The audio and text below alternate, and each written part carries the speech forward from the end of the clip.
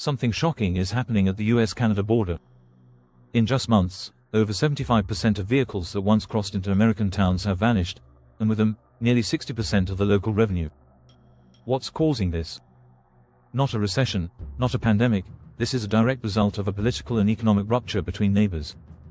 For decades, Canadians flocked to US border towns for cheap gas, shopping, and Amazon pickups.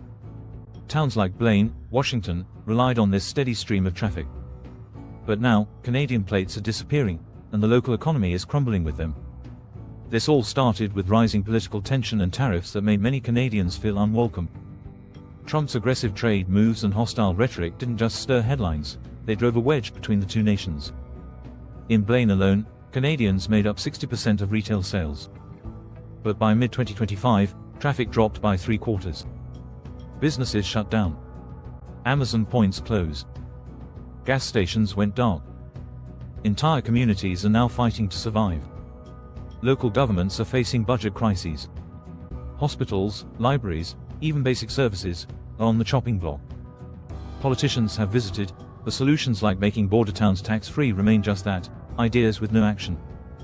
One border incident in May 2025, where a Canadian family was detained for weeks, became a turning point. The border started feeling more like a threat than a bridge. People simply stopped coming, and some young Americans started leaving. Across the country in Calais, Maine, the story's the same. Canadians used to cross from St. Stephen for deals. But with new Canadian malls, better delivery systems, and the strong Canadian dollar, there's no need to go south anymore. The divide is clearest in Sault Ste. Marie, where one city was split in half. Once united by history, it's now divided by economics. On one side, Canada is thriving. On the US side, it's empty. Canada didn't panic, they prepared. With massive investment in domestic logistics, Canadians now get faster, cheaper deliveries without leaving home. They've made self-reliance a national priority. Even if US-Canada relations improve, old shopping habits may never return. Canada has changed permanently, and that change is working. And it's not just border towns feeling the shift.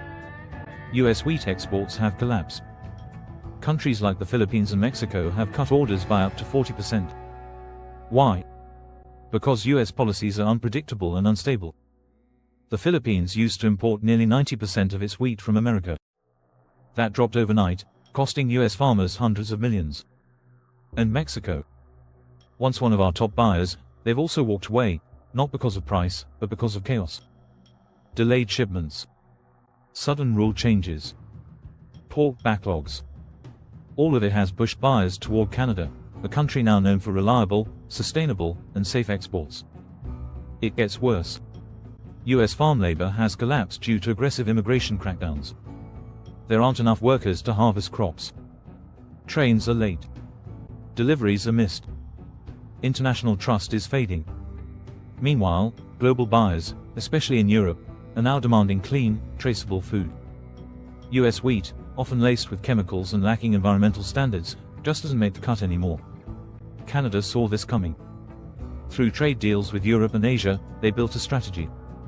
They created custom wheat strains for Italy, Japan, and Korea. They embraced drone farming and digital traceability. Every Canadian grain can now be traced back to its farm. That's not just good business, it's what the modern market demands. The US didn't lose this battle on price, it lost it on trust. And then, there's Maine. The quiet battleground of an economic war. 200,000 Canadians vanished from the state in months. Lobster restaurants are empty. Hotels are quiet. Highways are clear. Governor Janet Mills made a heartfelt plea, "Don't punish the people of Maine," she said. But she missed the point. This isn't about hurting friends. It's about protesting arrogance and disrespect. Trump mocked Canada. He joked about making them the 51st state. But to Canadians, that wasn't funny, it was offensive. And they responded the only way they knew how, with silence and a closed wallet. This isn't just a boycott, it's a message. Canadians are forcing pressure from the ground up.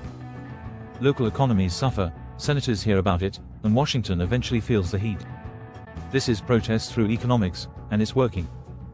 Governor Mills was right about one thing: people are hurting. But the hurt didn't start with Canada.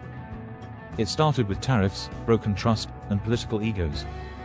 So when Trump says, "America first," we have to ask, who's really benefiting? Because right now, American businesses, farmers, and workers are paying the price for policies that were never designed to protect them.